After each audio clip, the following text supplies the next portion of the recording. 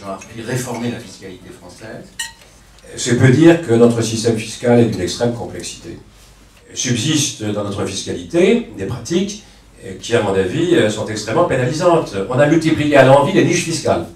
Tous ces avantages fiscaux, toutes ces niches fiscales, tous ces arguments de vente, toute cette addiction à l'avantage fiscal, tout ça ne tient plus. Il y a urgence à remettre en cause l'essentiel de ces niches fiscales. C'est sur cette directive européenne dont Denis Le Gosset vous parlait tout à l'heure, qui va réglementer les délais de paiement. Mettez en préambule, je trouve que les délais de paiement sont vraiment une singularité française. Et les délais de paiement sont un peu les enfants de l'économie administrée. Le contrôle des prix a généré les délais de paiement. Moi, je rêve que l'on paye cash. Notre objectif est de transformer en cash les dossiers qui nous transmettent. Je trouve extravagant les délais de paiement. Ça oblige à tenir des comptes clients, à tenir des comptes fournisseurs. C'est coûteux et c'est une valeur ajoutée qui n'est pas... Alors bon, je sais bien qu'il faut des gestionnaires de délais de paiement. Est-ce que la loi peut régler ça? J'en suis pas sûr, parce qu'on est quand même dans le conventionnel. Cette directive européenne, il s'agit en réalité d'une révision d'une directive européenne de 2000 relative à la lutte contre les retards de paiement dans les transactions commerciales.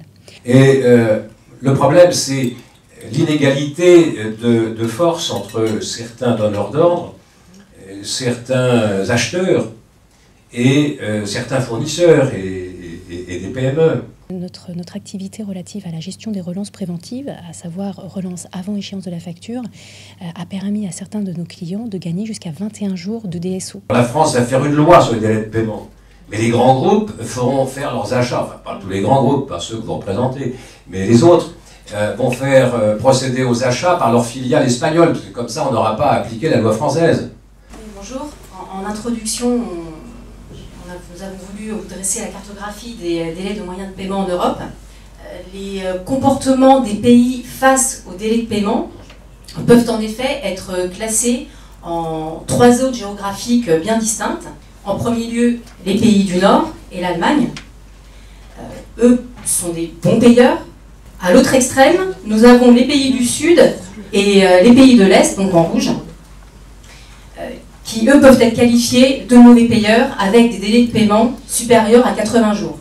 Enfin, nous avons les pays de l'ouest de l'Europe, dont la France, qui peuvent être classés en zone de risque intermédiaire, avec des délais de paiement situés entre 50 et 80 jours. Bien, alors on peut peut-être prendre des questions. Et on constate aussi, les entreprises françaises, que les délais de paiement des collectivités locales ou nationales, pour certaines d'entre elles, pas toutes, je ne généralise pas, sont quelquefois très difficiles. C'est un état d'esprit général. Les lois sont vaines là où il n'y a pas un code de bonne conduite assumé par tous les acteurs. On prend une autre question et puis... Oui, allez-y, monsieur. Monsieur le ministre, comme vous le savez, l'accès à la dette bancaire n'est pas facile pour les entreprises.